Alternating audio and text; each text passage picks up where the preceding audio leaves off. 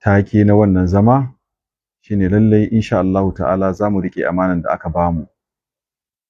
Wani zai tambaya wace amana aka bayar, kuma menene ma ya sa har zan yi magana in ce lallai insha Allah za mu riƙe amanan da aka bamu. Kowa ya riga ya sani mu ɗalibai ne na marigayi Dr. Idris Abdulaziz, Allah ta'ala ya masa rahama. Ba mu kaɗai ba, mu ɗalibansa ne wanda suke zaune da shi a gari guda. Akwai ɗalibansa wanda suke nesa. To, Allah subhanahu wa ta'ala shekara ɗaya da wani abu ya mana jarabawa ta yadda ya ɗauki rayin wannan babban malami, kuma wannan alƙawari na Allah subhanahu wa ta'ala ta bakin Annabi sallallahu alaihi wa sallama cewa inna Allah la yaqbidu al-ilma intiza'an yantazi'uhu min al-ibad walakin yaqbidu al-ilma biqabdi al-ulama. Cewa Allah ba zai fisge ilimi ne daga cikin zukatan bayi ba kawai, a'a zai karbi ilimi ne ta hanyar karban malamai.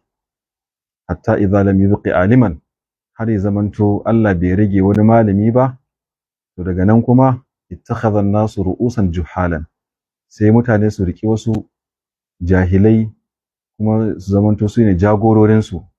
Wasu ilu waɗannan jagororin sai a yi ta tambayan su fa aftau bi ghairi ilm, su kuma su ta bada fatawa bisa ilimi, bisa rashin ilimi. Fa dhallu wa adallu, su batar. To mun samu wannan jarabawa ɗaya daga cikin malamin na sunna. Allah ya karɓi rayuwarsa kamar yadda ya karɓi abokansa da ma malumansa. Allah ta'ala dukkan su ya game su cikin rahamarsa, ya sa kabarin su ya zamanto dausayi na aljannar firdausi. A wannan lokaci abubuwa sun faru wanda kafin karɓar rayuwar wannan bawan Allah, juma'a sa ta ƙarshe da ya ja lokacin da ya sauko daga mimbari, na yi sallah rannan ni ban samu zuwa masallaci na ba, sai na yi sallah a masallacinsa. Lokacin da ya sauko daga mimbari akwai wani amini wanda yake ɗalibinsa kuma yana shawari da shi kuma ya yarda da shi, shine Malam Aminu Nasaru. Sai ya kama hannun Malam Aminu Nasaru za su shiga gida, ni kuma sai ce, Ali, da Allah ka kira min ɗalibai wanda ka san suke abin nan, muke tare da su a nan, zan ɗan yi muku magana domin yanzu ina kan hanya zan yi tafiya. Ya kama hannun Malam Aminu Nasaru suka haura cikin gida. Bayan mintuna kaɗan sai gashi shi da yara an sauko da jaka zai yi tafiya. Sai ya ce, to ina suke? Na ce ga su nan. Na samu wasu mutane ba duka ba. Aka zo aka yi zama. Bayan malam ya zauna ya yi godiya ma Allah, wasiya ya fara mana cewa lallai mu ji tsoron Allah. Mu ji tsoron Allah. Ya ce daga cikin manganinsa ya ce akwai wasu bayin Allah ku ƙulla alaƙa kyakkyawa tsakaninku da su, domin makaranta ce da muke kyautata mata zato. Na biyu ya ce in an samu matsala da ta kai ma za ku yi martani, ku yi adalci. Ya ce kada ku yadda ku yi zalunci cikin martani. Duk wanda za ku masa martani, ku yi masa martani bisa ilimi ko bisa adalci, ko da ko mukhalif ne, ko da ma saɓanin na aƙida ne. Ya ce lallai kada ku yi mutane ƙarya. Wannan magana a gaban wasu aka faɗa. Ya yi wannan wasiya, ya kama hanya ya tafi, wanda tun daga wannan juma'a bai sake jin juma'a a masallacin nan ba, sai wata juma'a da ta zo mana cikin damuwa, Allah ya karɓi rayuwarsa. To a wannan lokaci abin da ya ce, na ba ku amanar majalisan nan. Ya ce ku riƙe amanar majalisan nan. Lokacin da dakta ya ce ku riƙe amanar majalisan nan, wallahi al'azim bai ce wane ba, a'a ya ce na ba ku amanar majalisan nan, ku masu karantarwa ku riƙe amanar majalisan nan. Abin da dakta ya faɗa kenan. Bayan ya kama hanya tafi ce kuma ga iyalai na ku sa ido akan ƴaƴana. Wallahi al'azim abin da ya faɗa kenan. Wannan magana wanda suke nan duk sun san an yi haka. To wannan amanan da ya bayar na majalisi, tambayar ita ce, don Allah ku a naku tunanin amanar me kenan ya bayar? Amanan me ya bayar? Amanan a tsare majalisin ta hanyar karantarwa da kuma riƙe mutuncin majalisin, na abin da ya bar majalisin a kai, ya ɗaura majalisin a kai.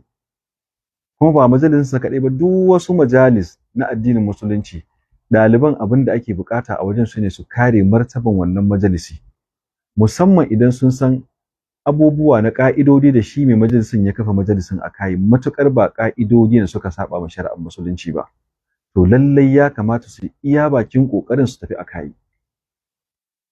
To wannan abu shi ya sa daga baya-baya abubuwa suka zo suka yi ta faruwa, wanda ba majalisinmu ne kaɗai ba, abubuwa suke faruwa a lokacin da Allah ya karɓi rayuwar shi wanda yake jagora a wajen. Majalis da yawa haka na faruwa. In ka fara tun daga majalisin Annabi sallallahu alaihi wasallama, Allah da ya karɓi rayuwar Annabi sallama, an samu matsala, kowa ya riga ya sani, wannan sanannen abu ne. Har Allah subhanahu wa ta'ala ya shigo cikin lamarin da yake suna da kyawawan zuciya da manufa, Allah ya shigo ya gyara abin. To haka duk sauran majalis akan samu irin wannan. Na wasu yafi na wasu. To mu ma Allah ya jarabe mu a majalisin mu mun samu irin wannan matsaloli. Allahu ta'ala a'la wa alam, son zuciyar mu ne, a jarabawa ce daga Allah subhanahu wa ta'ala, ko ma wanne ne Allah shi fi sani. Amma ni a tawa fahimtar ina ganin akwai sakacin mu a ciki. Tabbas akwai sakacin mu.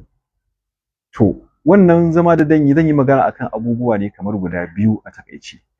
Abun farko game da wannan amana da aka bar mana, wanda na fara shimfiɗi yanzu. Abu na biyu shine game da matsalolin da suke faruwa, wanda nake ganin cewa kamar dole mu tsaya mu ga yaya Allah zai shigo mana cikin lamarin don abin nan ya gyaru. Amma abin da nake faɗi shine ina neman tsarin Allah subhanahu wata'ala daga barin kutsen shedan cikin lafuzzana a lokacin da zan yi amfani da su, ya zamanto na ƙetare iyaka ko na ci mutuncin wani, kuma ba bisa hakki ba. Duk abin da zan faɗa ina roƙon Allah ya datar da harshe na, ya kuma sa zuciyata ta yi kyakkyawan ƙuduri game da abin da zan faɗi, kai har ma maqsad na wannan zaman.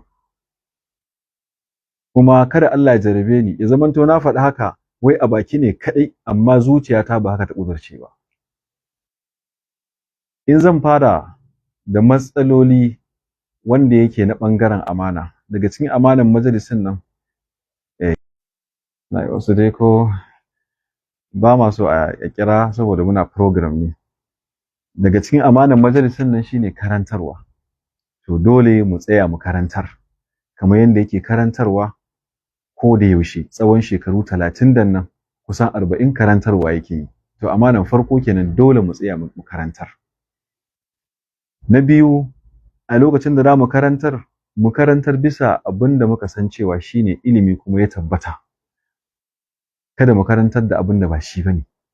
Kuma daga haka shine duk abin da muka san aqida ta musulunci ne, to lallai mu karantar da shi. Sunna ta sallama ne mu karantar. Abin da ya shafi bid'a mu nisanci wannan, da shirka mu nisanta, mu kuma nisantar da bayin Allah daga barin wannan wajibin mu ne. Yana daga cikin rike amanan majalisin. Daga cikin amanan majalisin nan shine kada mu zo mu haɗa kai da wani, ko na kusa ko na nesa, wanda muka san cewa zai cutar da wannan majalisi, kuma wannan ko na jininmu ne ko ba na jininmu ba ne.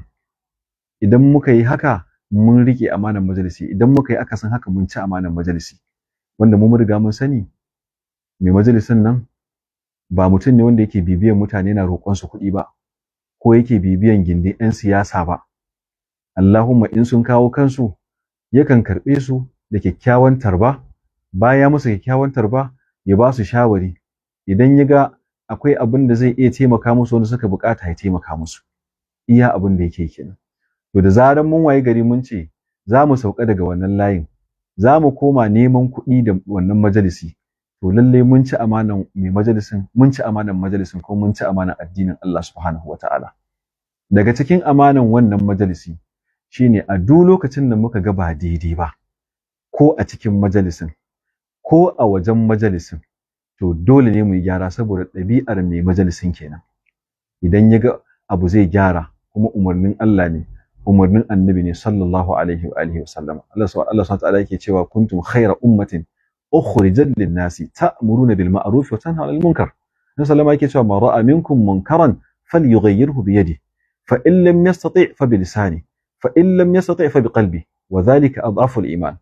Wannan umarni na Allah subhanahu wa